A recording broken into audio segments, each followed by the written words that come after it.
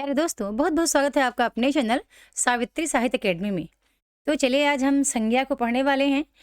काफ़ी मित्रों के अनुरोध थे कि मैम इस बार नेट के पाठ्यक्रम में जितने व्याकरण लगे हुए हैं पूरा पढ़ा दीजिएगा, तो वो सभी व्याकरण की क्लासेस आपको देखने को मिल जाएंगी। सबसे पहले हम देख लेते हैं संज्ञा की परिभाषा। हम देखते हैं उसके बाद संज्ञा के प्रकार उदाहरण सहित। हमें पता है संज्ञा उस विकारी शब्द को कहते हैं जिससे किसी विशेष वस्तु, भाव और जीव के नाम का बोध हो।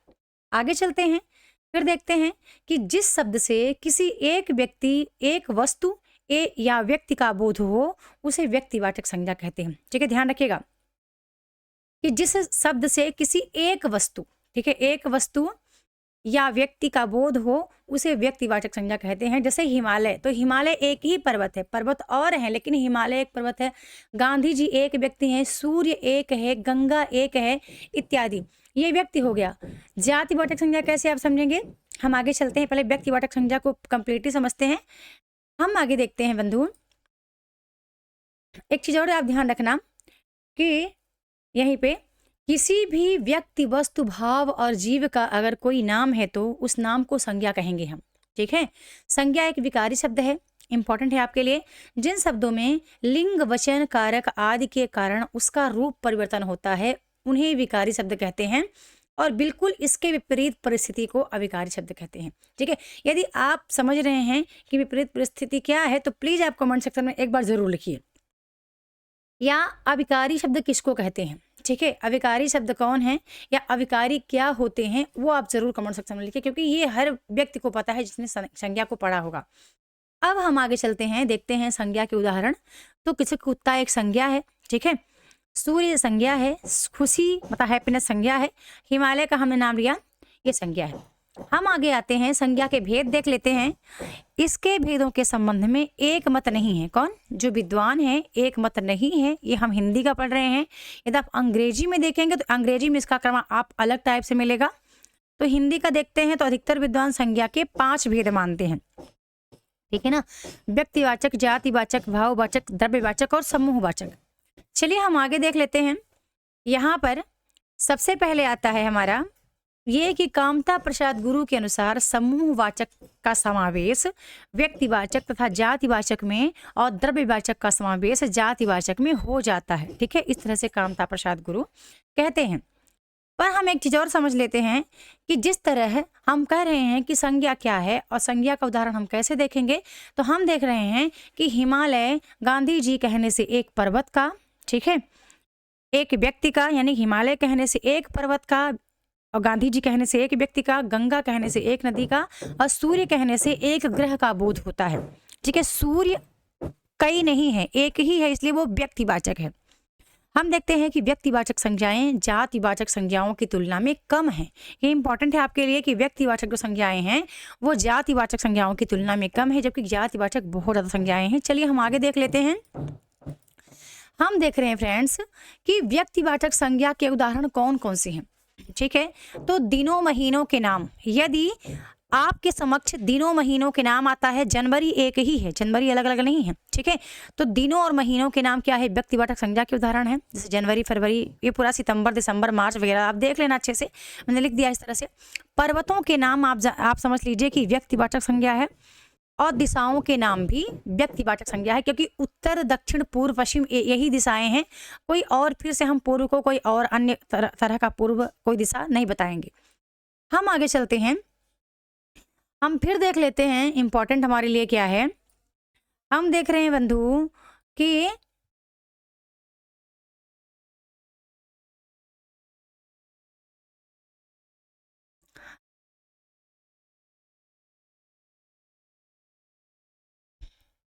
फिर इसके बाद हम देखेंगे देशों के नाम। ठीक है, देशों के नाम भी व्यक्तिवाचक संज्ञा है। ऐतिहासिक युद्धों और घटनाओं का नाम भी व्यक्तिवाचक संज्ञा है। पुस्तकों और समाचार पत्रों का नाम भी व्यक्तिवाचक संज्ञा है।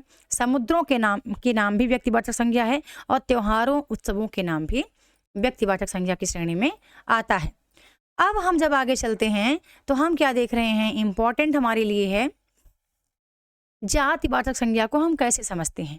हम देख रहे हैं जिन संज्ञाओं से एक जिन संज्ञाओं से एक ही प्रकार की वस्तुओं अथवा व्यक्तियों का बोध हो उन्हें ज्ञातिवाचक संज्ञा कहते हैं। जैसे गाय, कार, घर, बस, कुत्ता, आदमी, फूल, मनुष्य, पहाड़, नदी इत्यादि। लेकिन आप कहेंगे कि मैम नदी तो वहां भी थी, लेकिन वहां स्पेशली गंगा का नाम था, कुत्ता तो वहां भी था, ठीक है, कुत्ता एक संज्ञा है, ठीक है, वहां पे व्यक्तिवाचक संज्ञा में कुत्ता का नाम नहीं था। फूल कहने से फूलों की प्रजातियों का, गाय कहने से सभी तरह के गायों की प्रजातियों का, पहाड़ कहने से विश्व की सभी पहाड़ों का, और नदी कहने से सभी प्रकार की नदियों का जातिगत बोध होता है। आप समझ लीजिएगा, यदि किसी व्यक्तिगत नदी का नाम आ रहा है, मान लो गोदावरी, गंगा, कावेरी, तो आप समझ जाइएगा कि वो व्यक्तिवाचक संज्ञा है। लेकिन स्पेशली बहुत सारी नदियों का यदि समूह है तो वो जातिवाचक संज्ञा है। अब हम थोड़ा सा जब आगे चलते हैं, हम देख रहे हैं जातिवाचक संज्ञा के उदाहरण कौन कौन से हैं। तो जैसे कि सभी संबंधियों, व्यवसायों, पदों और कार्यों के नाम, भाई, पिता, दादा, कारीगर, बैंक कर्मी, जुलाहा, दुकानदार, धोबी, प्रोफेसर, दानी, ठग, ये सब जातिवाचक संज्ञा के उदाहरण हैं। पशु पक्षियों के नाम, कुत्ता, घोड़ा, हाथी, गाय, चीता, बाघ, कौवा, मोर, कबूतर, कोयल, ये भी जातिवाचक संज्ञा के नाम हैं। वस्तुओं के नाम, प्राकृतिक तत्वों के नाम, ये सभी ज्ञातिवाचक संज्ञा के उदाहरण हैं। आप जरूर इनको नोट डाउन करके रखिएगा, ये PDF कोर्स वालों को ही अवेलेबल किया जाएगा, ठीक है। आगे चलते हैं, हम देखते हैं फ्रेंड्स कि भाववाचक संज्ञा क्या होता है।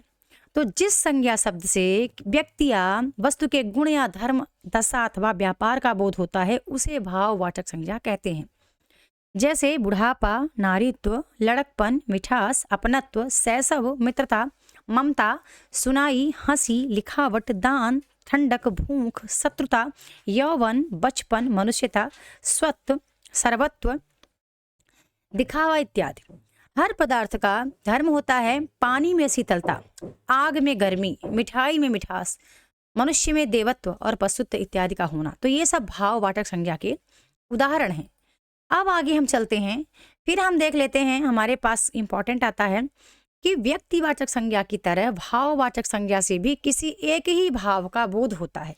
ये बहुत इंपॉर्टेंट फैक्ट है, हो सकता है कोई आपको बताया हो, ना बताया हो, इसको आप जरूर नोट डाउन करें कि व्यक्तिवाचक संज्ञा की तरह भाववाचक संज्ञा से भी किसी एक ही भाव का बोध होता है। जैसे धर्म, गुण, अर्थ और भाव प्रायः पर्यायवाची शब्द हैं। यह चीज आप ध्यान रखिएगा कि इस संज्ञा का अनुभव हमारी इंद्रियों को होता है, अतः भाववाचक संज्ञा का बहुवचन नहीं होता। ये भी आप जरूर नोट डाउन करके रखें कि भाववाचक संज्ञा का बहुवचन नहीं होता। हम आगे चलते हैं, हम देखते हैं कि समूहवाचक संज्ञा क्या है। तो जिस संज्ञा से वस्तु अथवा व्यक्ति के समूह का बोध हो उसे समूहवाचक संज्ञा कहते हैं। जैसे व्यक्तियों का समूह, सभा, दल, गिरोह, वस्तुओं का समूह, गुच्छा, कुंडल, कुंज, मंडल, घौंत। अब हम आगे चलते हैं, हम द्रव्यवाचक संज्ञा का एग्जाम्पल देख लेते हैं क्या है। द्रव्यवाचक संज्ञा, जिस संज्ञा से नाप तौल वाली वस्तु का बोध हो उसे द्रव्यवाचक संज्ञा कहते हैं। इस संज्ञा का सामान्यतः बहुवचन नहीं होता है। जैसे लोहा, सोना, चांदी, दूध, पानी, तेल, तेजाब आदि। ध्यान रखिएगा, यदि प्रश्न आता है कि किस संज्ञा का बहुवचन नहीं होता है तो वह द्रव्यवाचक है जिसका बहुवचन आपको देखने को नहीं मिलेगा। अब ये टॉपिक बहुत इंपॉर्टेंट है कि किस तरह संज्ञाओं का प्रयोग अलग अलग उलट फेर करके किया जाता है। यानी कि जातिवाचक संज्ञा व्यक्तिवाचक में, व्यक्तिवाचक संज्ञा जातिवाचक में, इस तरह आपको देखने को मिलेगा। हम देखते हैं संज्ञाओं के प्रयोग में कभी कभी उलट फेर भी हो जाया करता है। उदाहरण के लिए हम यहाँ पे देख रहे हैं जातिवाचक संज्ञा का व्यक्तिवाचक में। कभी कभी जातिवाचक संज्ञाओं का प्रयोग व्यक्तिवाचक संज्ञाओं में होता है। जैसे पुरी से जगन्नाथपुरी का, देवी से दुर्गा का, दाऊ से कृष्ण के भाई बलदेव का, संबत से विक्रमी संबत का, भारतेंदु से बाबू हरिश्चंद्र का। अब आप देखना कि भारतेंदु एक ही व्यक्ति हैं, तो भारतेंदु क्या हो गए, जातिवाचक संज्ञा हो गए, ठीक है। लेकिन हरिश्चंद्र, ठीक है, हरिश्चंद्र कई लोगों का नाम होता है, राजा हरिश्चंद्र हो गए और कोई हो गए, ठीक है। तो यहाँ पे जातिवाचक संज्ञा किस तरह व्यक्तिवाचक में परिवर्तित हो रही है। और गोस्वामी से तुलसीदास का बोध होता है, तो गोस्वामी जी जातिवाचक संज्ञा है, कोई एक व्यक्ति है। लेकिन आप देखोगे व्यक्तिवाचक जो है ना यहाँ पे तुलसी तो बहुत सारे आपको मिल जाएंगे, ठीक है, बहुत लोगों का तुलसी नाम होता है। इस तरह बहुत सी योग रूढ़ संज्ञाएं मूल रूप से जातिवाचक होते हुए भी प्रयोग में व्यक्तिवाचक के अर्थ में चली आती हैं। जैसे कि यदि कोई सावित्रीबाई फुले कहेगा तो वो अकेली हैं, और कई लोगों का सावित्री नाम हो गया तो वो क्या हो गए, वो फिर वो जातिवाचक संज्ञा की श्रेणी में नहीं, बल्कि वो एक व्यक्ति हैं। ठीक है, हम आगे चलते हैं। हम देख रहे हैं कि अव्यक्तिवाचक संज्ञा किस तरह जातिवाचक संज्ञा में परिवर्तित हो जाती है। तो कभी कभी व्यक्ति, सेम उसका अपोजिट है जो अभी आपने पढ़ा ना, उसी का अपोजिट यहाँ है कि कभी कभी व्यक्तिवाचक संज्ञा का प्रयोग जातिवाचक अनेक व्यक्तियों के अर्थ में होता है। ऐसा किसी व्यक्ति का असाधारण गुण या धर्म दिखाने के लिए किया जाता है। ऐसी अवस्था में व्यक्तिवाचक संज्ञा जातिवाचक संज्ञा में बदल जाती है।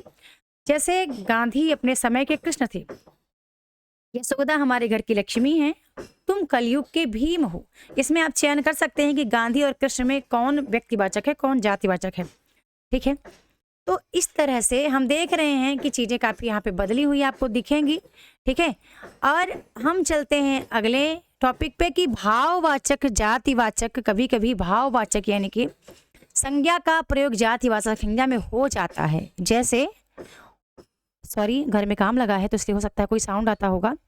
उदाहरण के तौर पे ये सब कैसे अच्छे पहरावे हैं, यानी कि पहनावा एक भाव है, यहाँ पहरावा भाववाचक संज्ञा है किंतु प्रयोग जातिवाचक संज्ञा है। पहरावे से पहनने के वस्त्र का बोध होता है। तो इस तरह से हम देखते हैं कि जातिवाचक संज्ञा से भाववाचक संज्ञा किस प्रकार आपको दिख रही है। जातिवाचक आदमी है, आदमियत भाववाचक हो गया। अतिथि जातिवाचक संज्ञा है तो आतिथ्य भाववाचक हो गया। इंसान जातिवाचक संज्ञा है तो इंसानियत भाववाचक संज्ञा हो गया। तो जातिवाचक संज्ञा से भाववाचक संज्ञा में हमने बदलना यहाँ पे देखा। इस तरह से हमने देखा, ये कुछ इंपॉर्टेंट चीज़ हमारे लिए बहुत ही महत्वपूर्ण था। तो मिलते हैं नेक्स्ट वीडियो में न्यू टॉपिक के साथ। आपको क्लास अच्छी लगी हो तो वीडियो को लाइक से सब्सक्राइब जरूर करें, और यदि आप नेट की तैयारी कर रहे हैं तो मेरे साथ नए सिरे से आकर के फिर से आप प्रिपरेशन कर सकते हैं, बिल्कुल अपने बेहतरीन ढंग से, बेहतरीन रंग से। आपको पता है इस चैनल के माध्यम से नेट JRF सेट PGT की तैयारी की जाती है। यदि प्रॉपर आप नेट की प्रिपरेशन करते हैं तो ज़रूर मेरा एप्लीकेशन ज़रूर डाउनलोड करें, जो कि अवेलेबल है गूगल प्ले स्टोर पर। और हो सके तो चैनल को सब्सक्राइब करके रखें, बेल आइकन दबा के रखें, ताकि मेरी कोई भी वीडियो मिस ना हो। एक छोटा सा कमेंट, यदि आपका हृदय कहता है कि क्लास आपको प्रभावित की है तो छोटा सा कमेंट जरूर करें। धन्यवाद।